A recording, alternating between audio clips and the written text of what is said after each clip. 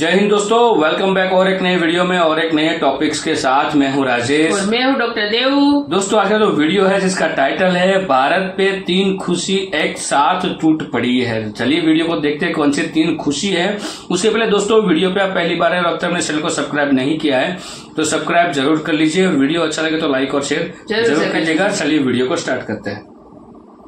तो दोस्तों, आज मेरे देश को हो क्या गया है, जहां एक तरफ हमने चांद पर सक्सेसफुली लैंडिंग कर ली है, दूसरी तरफ हमारा 18 साल का लड़का रमेश बाबू जो इस समय शतरंज के वर्ल्ड कप के फाइनल में है, उसने दुनिया के नंबर 1 शतरंज खिलाड़ी मैग्नस कार्लसन का भूत बना दिया है। जी हाँ, मैग्नस कार्लसन जो वर्ल्ड में सबसे बेस्ट शतरंज का प्लेयर माना जाता है, कई चैंपियनशिप, कई वर्ल्ड कप जिसने जीते हैं, वो ये सोच के आया था कि भारत का 18 साल का लड़का है, इसे तो ऐसे ही हरा दूंगा और वर्ल्ड कप जीत जाऊंगा। लेकिन आज हमारे 18 साल के लड़के ने उसका ऐसा भूत बनाया है कि उसका चेहरा देखने लायक था। और आज जो फाइनल खेला गया उसमें कोई नतीजा नहीं निकाल पाया मैग्नस कार्लसन, जबकि वो इतना अनुभवी है और हमारा लड़का सिर्फ 18 साल का है। और इसीलिए कल टाई ब्रेकर होगा और जो उस गेम को जीत जाएगा वो फाइनल विजेता होगा। लेकिन पूरी दुनिया ये देखकर हैरान है कि ये भारतीय कर क्या रहे हैं, ये तो कहीं भी नहीं अभी हमें रुकना है ही नहीं। खुशखबरी दे दी है। जी हाँ, लेकिन ये सुनाने से पहले आप लोग एक काम कीजिए, पहले चैनल सब्सक्राइब कीजिए। हाँ भाई, मैं आपको दोस्तों चैनल को सब्सक्राइब कर लीजिएगा। चैनल को सब्सक्राइब करना तो बनता है। तो खैर, इसी के साथ खबर जानते हैं। तो दोस्तों, खबर निकलकर सामने ये आई है कि भारत ने इतिहास रचते हुए दुनिया के जो टॉप 10 देश हैं जिनके पास सबसे ज्यादा गोल्ड है उसकी सूची में अपनी जगह बना ली है। जी हाँ, भारत एक वर्ल्ड गोल्ड रिजर्व की सूची में टॉप 10 के अंदर आ चुका है। और ये ऐतिहासिक है क्योंकि यहाँ पर मैं सिर्फ उस गोल्ड की बात कर रहा हूँ जो सरकारों के पास होता है। अगर भारतीय जनता का गोल्ड जोड़ने लगे तो यूरोपियन देशों की आंखें फटी रह जाएंगी, हमसे कोई कम्पीट ही नहीं कर पाएगा। लेकिन फिलहाल हम बात करते हैं सरकारों के पास कितना सोना है। और इस मामले में अब भारत टॉप 10 रैंकिंग में आ चुका है और न सिर्फ टॉप 10 में आया है बल्कि 9वां स्थान भी हासिल कर लिया है। और भारत आने वाले कुछ ही महीनों के अंदर जापान को पछाड़कर 8वां स्थान भी लेने जा रहा है, क्योंकि जापान के पास है 846 मीट्रिक टन सोना, भारत के पास है 795। लेकिन जिस रफ्तार से भारत का सोने का भंडार बढ़ रहा है, बहुत ही जल्द हम पछाड़ देंगे जापान को। और फिर अगला टारगेट होगा हमारा स्विट्जरलैंड, जिसके पास है करीबन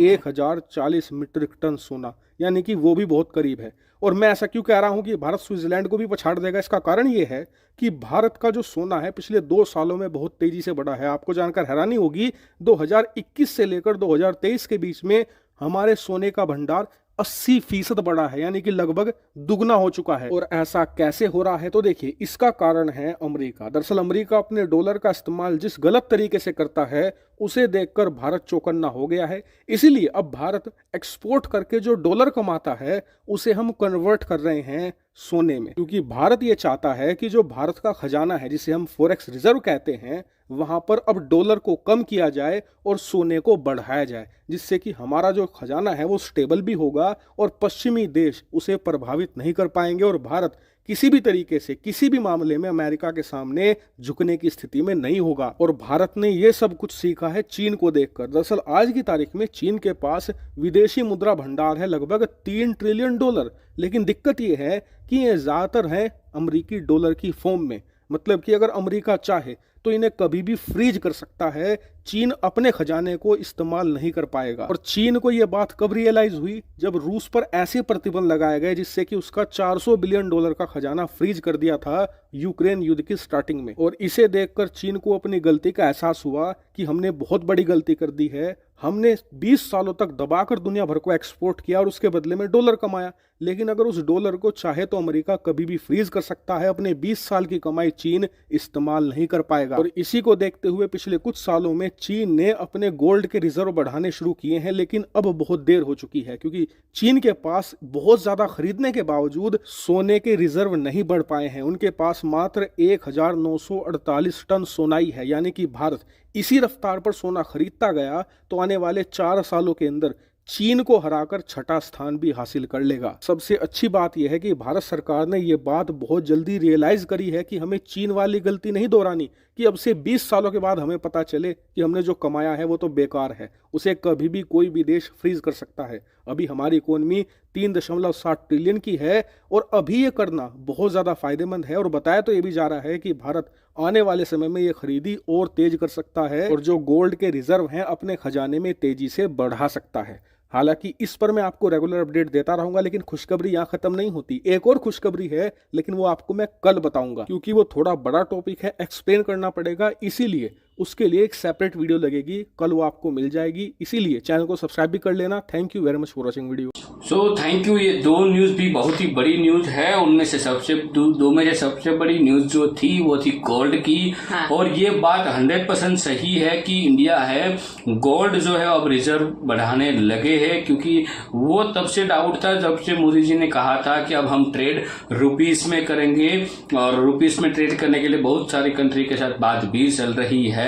और उनमें से गोल्ड, यदि हमारे पास US डॉलर रिजर्व होते हैं विदेशी मुद्रा भंडार के तौर पे, तो कभी भी भारत पे कोई संकट आता है और अमेरिका उस संकट में साथ नहीं देता, तो वो हमारा जो भी US डॉलर जो हमारी जो रिजर्व है वो उसको फ्रीज कर सकते हैं। और वो फ्रीज हो जाए तो भारत के पास मतलब को कुछ नई प्रोडक्ट लाने के लिए पैसा नहीं रहता है गवर्नमेंट के पास, तो उस समय गोल्ड का यूज किया जा सकता है। और भारत जैसे आत्मनिर्भर बनना चाहता है, वो हर एक जगह पे आत्मनिर्भर भारत को बनना है। ये बात उसकी मोदी जी की सही साबित अब हो रही है। मोदी जी ने ये भी कहा है कि हम तीसरी इकोनॉमी जल्द ही बनने जा रहे हैं, तो उसमें गोल्ड का भी एक बड़ा हाथ हो सकता है और उससे बहुत फायदे हो सकते हैं और रिजर्व बढ़ेंगे। उससे भारत पहले जैसे सोने की चिड़िया कहा जाता था, वैसे फिर से सोने की चिड़िया कहा